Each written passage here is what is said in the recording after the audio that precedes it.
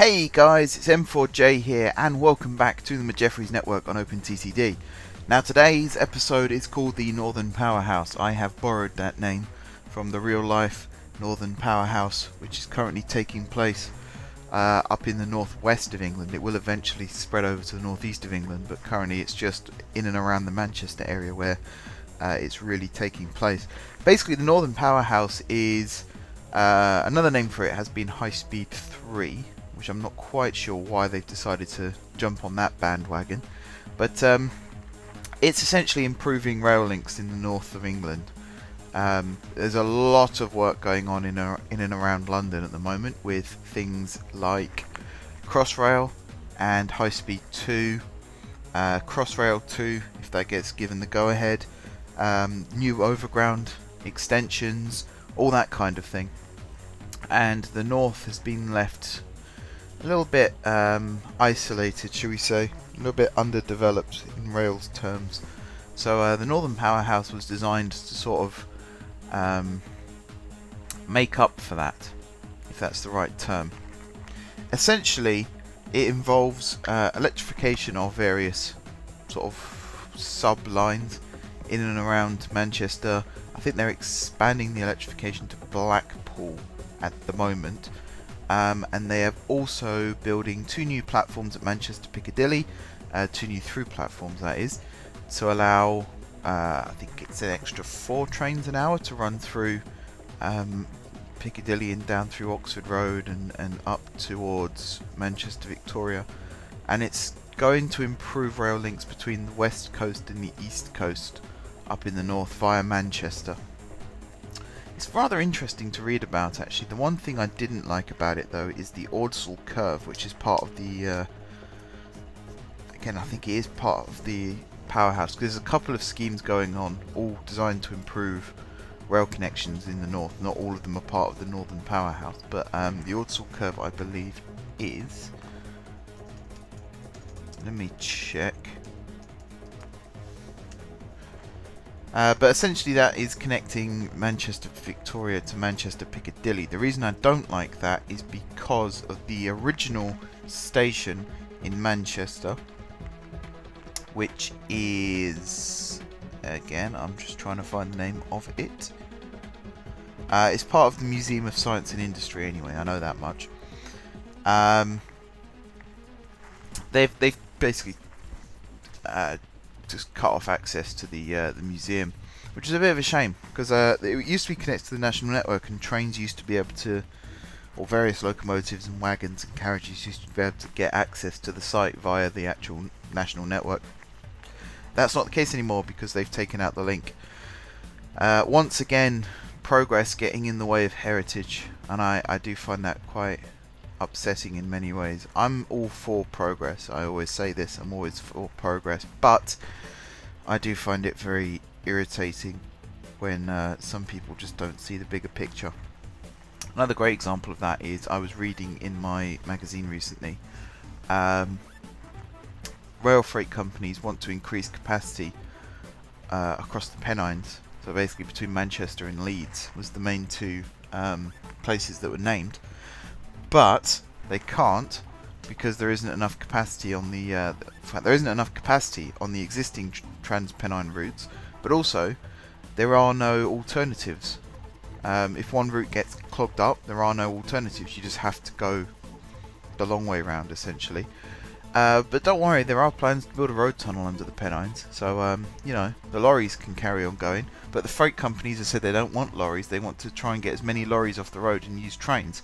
But the government don't seem interested in that, they just want to build new road tunnels and road bridges and all that kind of stuff everywhere.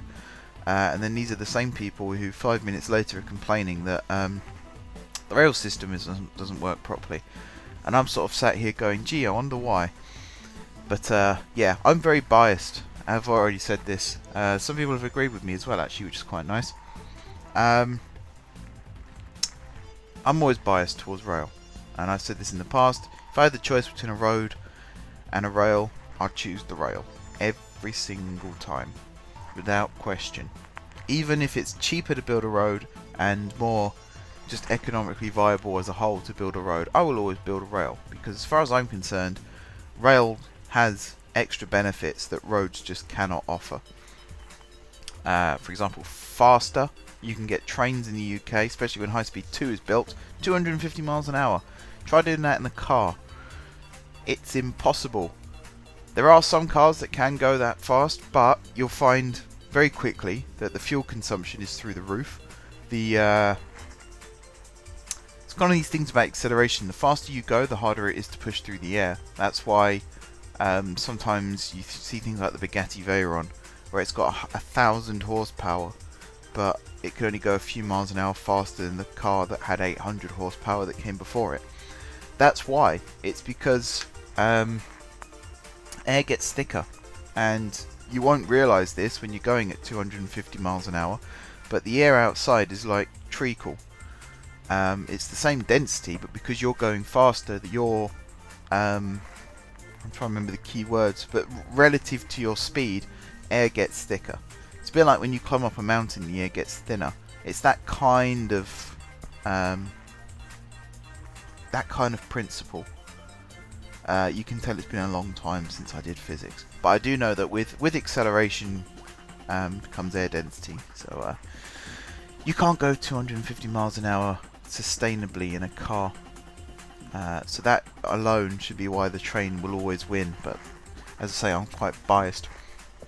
Anyway, the Northern Powerhouse, that's what this episode is about, because we are building some northern lines right across the north coast, plus a couple of little metro-style link lines to connect up as well. We're just about to reach Gronwell-Superior, and then this is where things start to get a little bit complicated. The actual building of the station was relatively simple because I'd already done it. The high-speed line, I think that's the only benefit really that I've gained from it so far, is it saved me a little bit of effort when it came to building the station because it already existed. Whilst you're watching this on the screen, I'm going to rack off a few facts that I have here about railway electrification in Great Britain, because once again I talk about the government being very short-sighted and progress getting in the way of heritage. Sometimes it's the other way around, heritage gets in the way of progress, and sometimes people just don't want to spend the money on it. Electrification in Great Britain is a very good example of that right now. So the Great Western Main Line, let's start there. They have to electrify as far as Reading because that's the current limit of Crossrail, but there are talks to expand it further. There are in fact talks to link up Crossrail with the West Coast Main Line at Willesden Junction, I believe was the location mentioned, and taking it up as far as Tring on the West Coast Main Line. That would be an interesting project. But the Great Western Main Line is the one I want to focus on because they are supposed to electrify down as far as Bristol Temple Meads, and perhaps slightly further beyond. I think electrification on the Great Western Main Line is quite important. I do like the fact that it's the only real main line that comes out of London. Let's exclude the Chiltern Main Line because it is a main line, but it isn't a main line in my book because it's not a key arterial route. What I mean by that is the Chiltern Main Line is very good, but you can go on the Great Western Main Line to Oxford, you can go on the West Coast Main Line to Birmingham, and the other sort of key areas served are exclusive, but you could say that about lines up in the north as well. They're not main lines, but they serve exclusive locations. So it really does depend on your viewpoint. But the Great Western Main Line was the only real main line out of London that hadn't been electrified fully, and was still using HSTs and 165 turbos. Now that's not the case. As of now, there are electrified trains running as far as Hayes and Harlington, I believe, with Reading soon to be reached. Maidenhead, I think, actually is the current limit, which was the original terminus of Crossrail. As I say, Crossrail means that Reading is the minimum target for electrification, but already they are starting to get stingy in the government. They are starting to cut back where electrification is going to take place. Bristol is supposed to be the target. I have a horrible feeling they're going to cut it back as far as Swindon, from what I've seen. The masts are up, they just haven't put the wires and energized it yet. I think that's a huge opportunity missed. Something that people don't realise when it comes to electrification is it's all very nice that you get the diesel trains out of the way, but the reason you get the diesel trains out of the way is why electrification to take place. It's all down to acceleration. If you think about it, when you're on the underground in London, you get on a train, 10 seconds later you're rocketing through the tunnels at a maximum speed of, I think it's like 30 miles an hour. It really doesn't sound that fast, but it feels very fast when you're on a rickety train. But the acceleration, that's where it all comes from. And some of the stations are built on humps, which is why the acceleration feels faster than it probably is, because you're also accelerating through gravity as well as through the actual train motors themselves. But electric trains do accelerate faster than diesel trains. And the reason why electrification has taken place on some of the smaller lines in the UK, for example, let's say some of the lines up in the northwest, because that's probably the best example. You have Transpennine Express trains that use those routes, and you also have northern trains that use those routes. The northern trains tend to be the stoppers. Because they're electric trains, they can accelerate faster, which means you can run more stopper services between express services, which is something that I've kind of done on this map as well. Tried to replicate it as best I can. But it's all to do with acceleration. The more electrified trains you have, the more electric trains you have, the faster the acceleration, or the average acceleration with each service, which means you can fit more services in, which is how capacity gets increased. I used to always sit there and think, how does changing the type of train increase capacity? It is all to do with acceleration.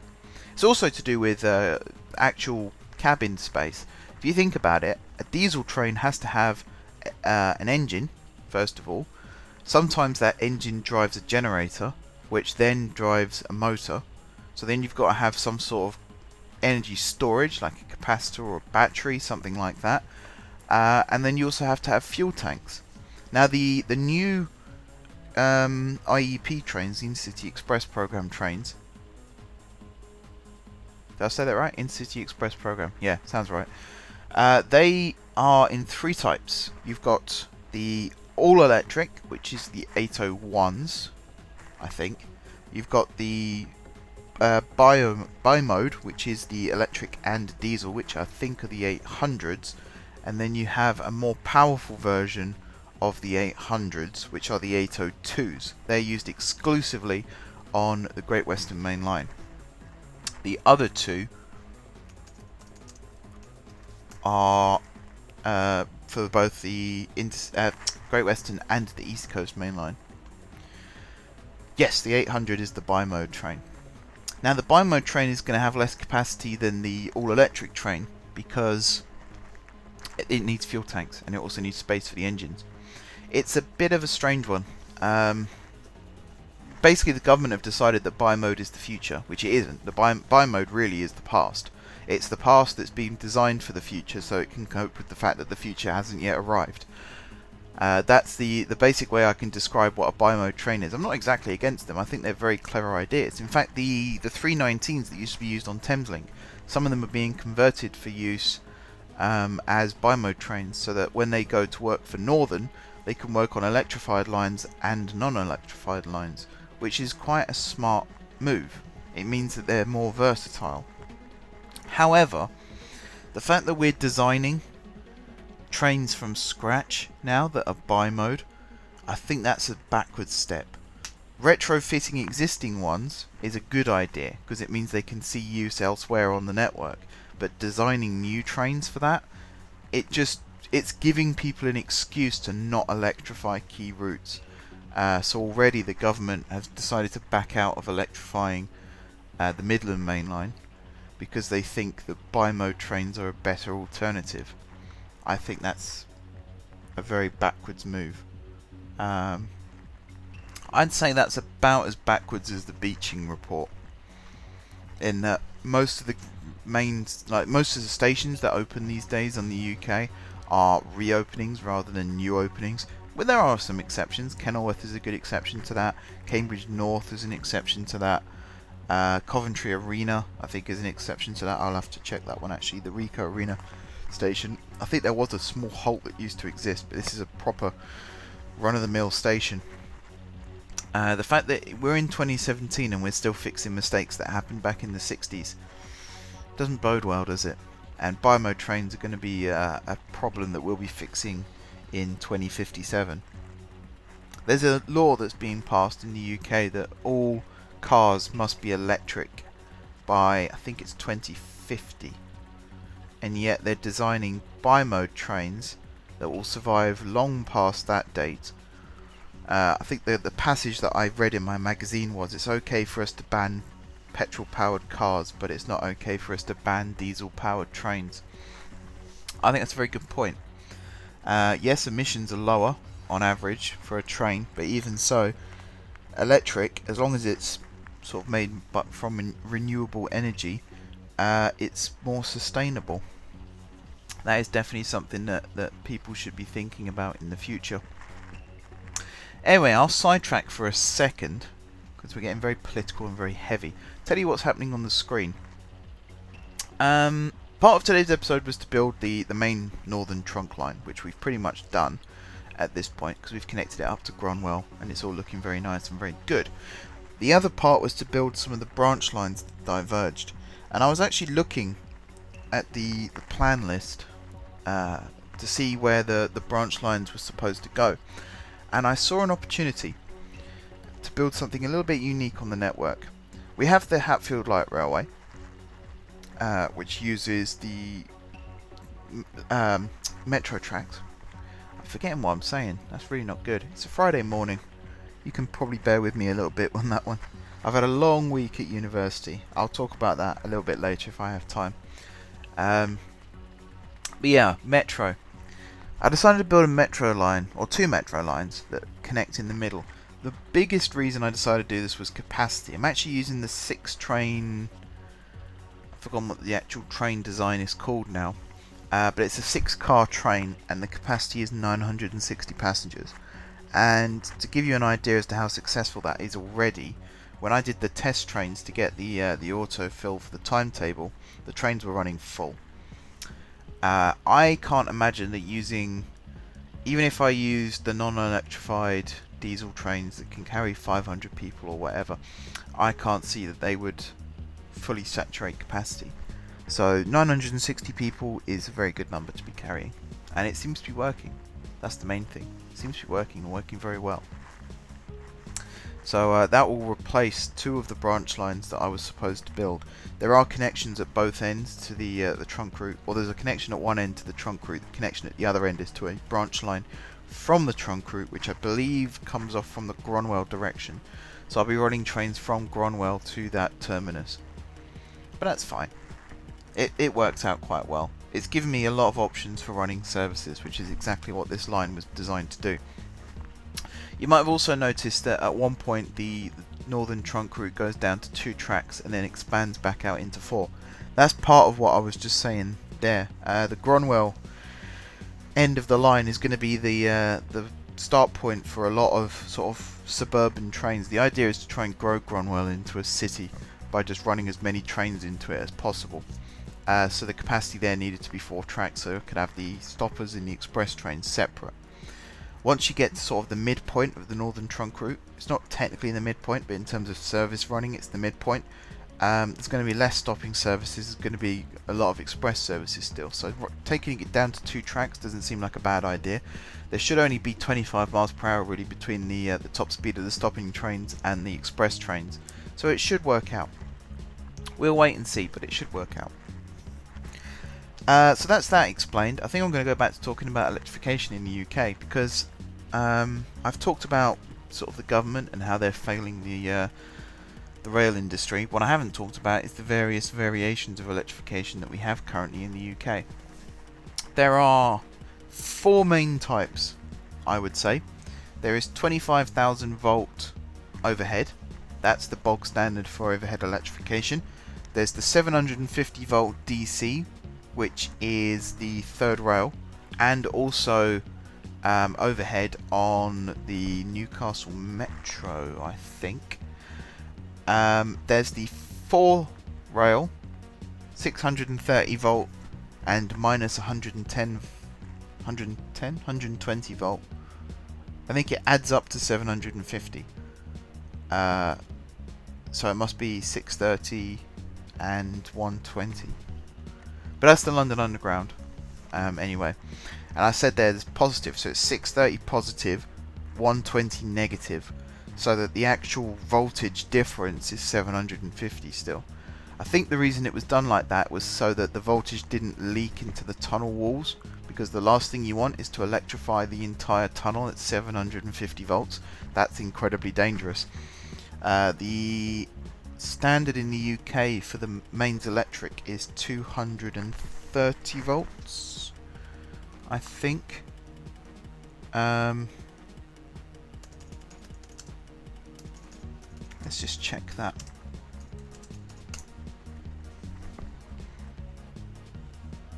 Yes, 230 volts. I don't know why I doubt myself on that. It's one of the only facts I used to know about the electric network, the national grid in the UK. Anyway, there's 8 minutes left of this video, so I better get talking. They're the 4 main ones. Oh, the fourth one is the 750, I think it's 750 volt overhead, which is for light rail. So the tram systems, I think they all run to the same voltage. 650 to 750 volt DC. These are the existing systems. In fact, there are, here we go, 750 volt overhead, which is used on the Edinburgh Trams, Manchester Metro Link, Sheffield Supertram, Croydon Tramlink, Nottingham Express Transit and Midland Metro. So essentially all of the trams. There are other overhead systems. They're sort of non-standard ones. So the Blackpool Tramway is 550 volts, which has now been upgraded to 600 volts. The National Tramway Museum uses all different, well, I say uses all different voltages. It uses a standard voltage, but all of its rolling stock uses different voltages. So they've tried to find the voltage that's the best compatible with all of their existing rolling stock, which is 550 volts they've chosen. The Wirral Tramway is 550 volts, and the Seaton Tramway. I believe both of them are tourist railways, so I wouldn't count them exactly as being sort of part of the main UK network. And then, as I say, we have the main overhead electrification. Now, the main overhead electrification, there are lots of lines that currently use it. The West Coast Main Line, the London Tilbury and Southend Line, which is the line out of Fenchurch Street in London. The West Anglia and the Fen lines, they are the lines that come out of Liverpool Street. They go up towards Hertford East, Enfield, Cambridge and beyond. They also go up to Ipswich, and I believe they go up as far as Norwich as well. That would make sense. The Great Eastern Main Line, which is also out of Liverpool Street, goes up to places like Shenfield and Romford. Again, the Shenfield side of it is quite important because that's the current terminus, one of the current termini on the eastern side for Crossrail. The East Coast Main Line, right the way from London all the way up to Edinburgh and slightly further beyond. The only exception to that is between York and Leeds. There is no electrification, which is why the HSTs still run there. The Midland Main Line. Now, I did say that the Midland Main Line had been cancelled, but as far as Bedford, it is electrified as part of the Thameslink route. Electrification from Bedford to Kettering and Corby is expected to be completed by 2019. Further extensions to Leicester, Nottingham, Trent Junction and Sheffield, which was due to be completed by 2023 but was cancelled in July this year. However, the section from Clay Cross to Sheffield will eventually be electrified by 2033 as part of High Speed 2. Unfortunately, between now and 2033, a whole new fleet of bi-mode trains will have been ordered, which is why it's very short-sighted. London Paddington to Heathrow Airport is part of the Heathrow Connect system. That is being extended as we speak down towards Reading, as I said earlier. High Speed 1, right the way from London to Paris, Brussels, Amsterdam, you get the idea. It's all electrified. London local lines, so the North London line and the Lee Valley lines, they're all electrified with overhead. The connection between overhead and third rail on the North London line, I'm trying to remember where it is. I think it's Kensington Olympia, I think, is where the changeover happens. I'm not 100% sure. Someone will tell me. I'm sure they will. Edinburgh. So some of the cross-city lines in Edinburgh, they're all electrified with overhead. Central Scotland. I know there's currently programs to electrify, I think it's 1 or 2 more of the routes between. In fact, I think there's only 2 routes between Edinburgh and Glasgow these days. One of them is electrified, the other one's in the process of being electrified. That's hilarious how they've managed to mess that one up, because they had to move loads of bridges to make them the right height so that the wires can run underneath them still. And they managed to get it wrong, so that's an expensive mistake. Skip over some. Glasgow suburban, Leeds area, Manchester area, West Midlands, the cross-city line in Birmingham is entirely electrified. And then there are other programs that are starting to take place. The Gospel Oak to Barking line is the one in London that's currently happening. There's a project called the Electric Spine that sounds quite interesting, but I don't really have the time to read that out right now, so I urge you to go look that up yourselves. I got the Tyne and Wear Metro wrong. I said it was 750 volts. It's not. It's 1,500 volts, which is quite a big difference. It's also DC, not AC. That's something else to remember with the tram systems. They are DC, not AC, even though they're overhead lines. Third and fourth rails. Fourth rail is pretty much just London Underground. I can't think off the top of my head of any other lines that have fourth rail electrification in the UK. Third rail, Merseyrail, up in the northwest, in and around Liverpool. London and North Western Railway, which is Euston to Watford Junction, is essentially the DC lines, and also Richmond to North Woolwich. North Woolwich might be where the changeover happens by the looks of it. Virtually every line that comes out of Victoria, Waterloo, Charing Cross and Cannon Street, they're all third rail. The Island line on the Isle of Wight, that's 630 volt DC third rail because it's using old tube stock. And the one that really interests me, in fact I'll come back to that in a second, 750 volt DC is the Docklands Light Railway, but it's bottom contact, not top contact. That's quite important as well because it means it's protected from the weather. And then we've got some outliers here. We've got the Glasgow Subway, which is 600 volt DC, the Hythe Pier Tramway, Hythe Pier Railway, which is 250 volt DC, the Volks Electric Railway, which is one of my all-time favourite heritage railways, that's 110 volt DC. If you don't know what the Volks Electric Railway is, look it up. It's the world's first electric railway. I think that's right. I hope that's right. And 100 volt DC, the elevated monorail at the National Motor Museum. I don't really think that counts as a railway. That's a monorail, surely. And then there's things about obsolete systems. Now the thing that interested me is a little bit further down. It talks about the future of third rail. And I mentioned this very recently about how third rail wasn't that sustainable anymore. And it turns out people agree with me. Peter Dearman of Network Rail in 2011 suggested that the third rail network will have to be converted into overhead lines. 25% of all power is lost from heat when the trains go over 80 miles per hour. The top speed on third rail is 100 miles per hour. Very rarely do trains actually meet that. I think only the Javelins can consistently travel at 100 miles per hour. And even then I imagine there's a little bit of a struggle here and there. Anyway, I think I've educated you a little bit better on electrification. I know I've certainly educated myself a little bit better, having read through all of this in advance of this episode. And once again I've gone over the time limit, so I'm going to have to start wrapping things up, unfortunately. Now, as you can see, today is episode 198. 199 will be taking place on Monday, and then as I said, there's a gap of a week and 4 days. So it won't be that Friday, it will be the Friday after, where episode 200 will take place. More to be revealed at the time. Until then, guys, thank you very much for watching. Don't forget to leave a like if you enjoyed the video, and of course if you're enjoying the series, drop some comments down below with ideas for future episodes. Be sure to go over and check out the naming list as well. Episode 201, we're going to be doing a big naming project, so if you want your name suggestions to be used for episode 201, leave them down in the suggestions. Bear in mind as well that I'm pre-recording episodes at the moment, so don't just wait till next Friday, because chances are I will already have recorded episodes 200 and 201. So if you want your names to be used, you know where to go.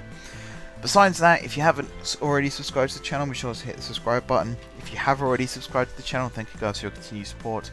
And until next time, I will see you soon.